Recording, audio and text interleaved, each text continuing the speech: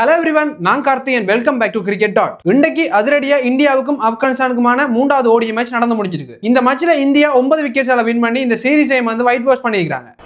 He absolutely does and he's got there.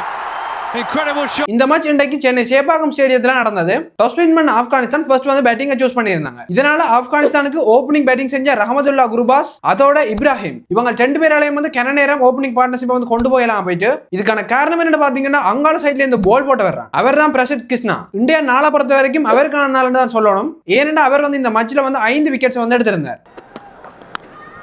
Outside edge and taken.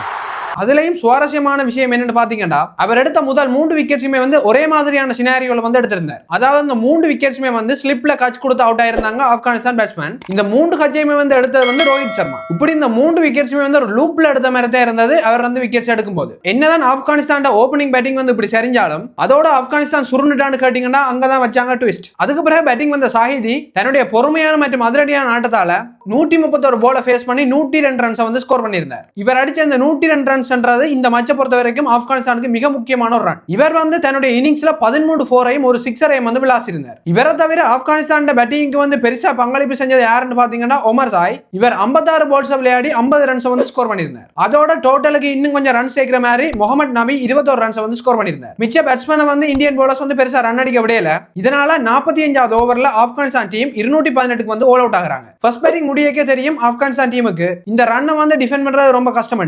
அதுவும் இப்ப ஃபார்ம்ல இருக்கிற இந்த இந்தியா ஓடிஐ டீமுக்கு எதிராக. ஆனா ஆப்கானிஸ்தான் டீமுக்கு வந்து ஒரு பிளான் இருந்திருக்கும். பவர் பிளேக்கே கொஞ்சம் அட்டாக்கிங் பவுலிங் செஞ்சு முன்னுக்கு வந்து விக்கெட்ஸ் உடைப்பமா இருந்தா எப்படியும் இந்தியன் டீமுக்கு ஒரு ஸ்கோர் போர்ட் பிரஷரை உருவாக்கி மச்ச கடைசி வரைக்கும் எடுத்துக்கொண்டு போலாம்.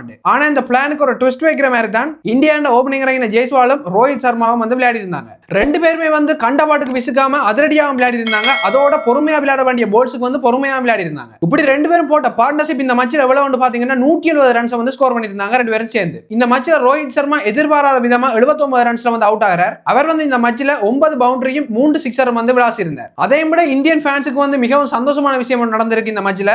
அதுதான் ஜெய்ஸ்வால் வந்து திருப்பி ஃபார்முக்கு வந்திருக்கார். உங்களுக்கு தெரியும் கடைசியா நடந்த ஓடிஐ மேட்ச்லயா இருக்கட்டும் அல்லது டெஸ்ட் மேட்ச்லயா இருக்கட்டும் இவர் முதல் இருந்த ஃபார்மோட ஒப்படைக்க இவர் வந்து கொஞ்சம் குறைவாவே ஸ்கோர் பண்ணி கொண்டிருந்தார். ஆனா இந்த மேட்ச்ல வந்து நான் திரும்பி வரேன்டா மாதிரி 86 போல விளையாடி 110 ரன்ஸ் வந்து ஸ்கோர் பண்ணிருக்கார். இந்த மேட்சை வந்து கடைசியா அடிச்சு முடிச்சது வந்து இவர் இந்த முக்கியமான மேட்ச்ல 14 4ம் 3 சிக்ஸரும் வந்து விளாசி இருந்தார். ஒன் டவுன் இறங்கின ஸ்ரேயஸ் ஐயர் வந்து 19 பால்ஸ் விளையாடி 20 ரன்ஸ் வந்து ஸ்கோர் பண்ணியிருந்தார். ஒரு குட்டி கேமியோ வந்து விளையாடி இருந்தார். இப்படி இந்த மேட்சை இந்தியா ஈஸியாவே 29 ஓவர்ல வந்து முடிச்சிட்டாங்க ஒரு விக்கெட் இழப்புக்கு. இந்த மேட்சின் player of the match award வந்து 5 விக்கெட்ஸ் எடுத்த பிரசித் கிருஷ்ணா தான் வாங்கியிருந்தார். அதோட இந்த சீரிஸுக்கான பிளேயர் ஆஃப் த சீரிஸ் என்ற அவார்டை வந்து Indian ODI captain Suman Gill வாங்கியிருந்தார். என்னதான் இந்த ஓடிஐ சீரிஸ்ல 3 மேட்சையுமே வந்து ஆப்கானிஸ்தான் தோத்திருந்தாலும் அவங்களால முடிஞ்ச அளவுக்கு இந்த சீரிஸ்ல வந்து எஃபர்ட்டா போட்டிருந்தாங்க. அதனால இனி வரக்கூடிய மேட்சஸ்ல வந்து அவங்க இன்னும் வந்து பிராக்டிஸ் எடுத்து வேற மேட்சஸ் வின் பண்ணணும் எல்லாராலையும் எதிர்பார்க்கப்படுது. இதே மாதிரியான கிரிக்கெட் அப்டேட்ஸ் வந்து உங்களுக்கு உடனுக்குடன் தெரிஞ்சு கொள்ள மாட்டா இந்த cricket.என்ற பேஜை வந்து Facebookலயும் YouTubeலயும் வந்து ஃபாலோ அண்ட் சப்ஸ்கிரைப் பண்ணி வச்சுக்கொள்ளுங்க. இந்த பேஜை தெரியாத உங்களோட ஃப்ரெண்ட்ஸ் அண்ட் ஃபேமிலிக்கு வந்து இந்த பேஜையும் இந்த யூடியூப் சேனலையும் வந்து ஷேர் பண்ணி வச்சுக்கொள்ளுங்க. இதை தவிர நாளைக்கு முக்கியமான ட்ரை